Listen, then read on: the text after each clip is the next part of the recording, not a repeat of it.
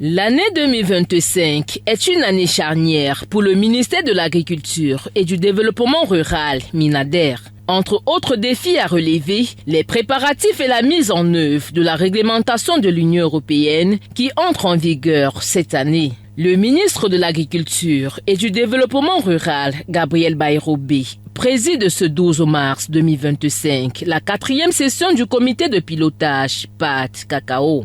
Les assises mettent en accent sur l'agroforesterie, notamment la densification de la production du cacao et le rajeunissement des plantations vieilles de 30 ans.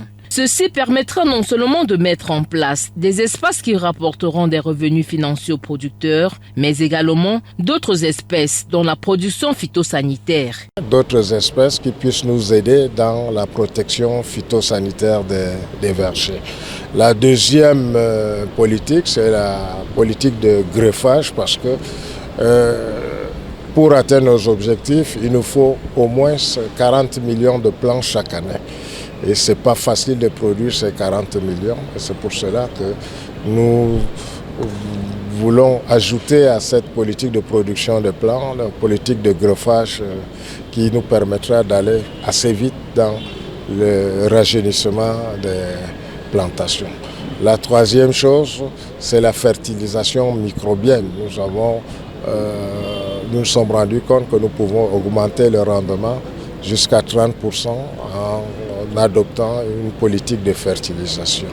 Et enfin, il faut maintenir la qualité du cacao camerounais par un bon traitement post-récolte. Pour ce faire, selon le MINADER, il est nécessaire de multiplier les postes de traitement et de récolte qui répondent aux normes internationales dès le cabossage, la fermentation et le séchage. Tout ceci demande des moyens financiers et c'est pour cela que nous voulons remercier déjà le chef de l'État qui ne ménage aucun moyen pour financer la filière cacao et qui a dit que nous devons conforter ce redressement de la filière.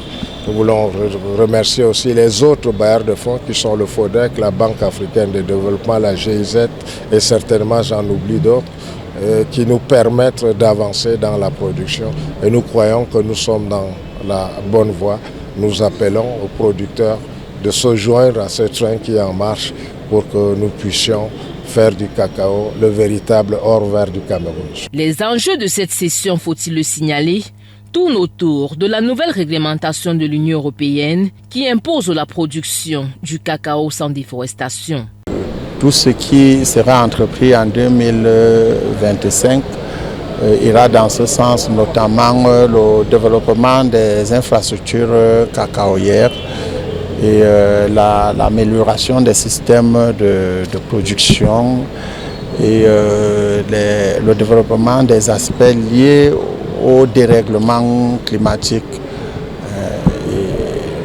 Pour les systèmes, on va essayer de voir comment nous allons réhabiliter les vieilles plantations ou les vergers très peu productifs. Et nous allons irriguer certaines plantations ou tout au moins les parcs à bois et les champs semenciers. Ceci concourt à la diffusion et à la vulgarisation des hybrides et clowns mis à la disposition par l'IRAD et autres structures de recherche.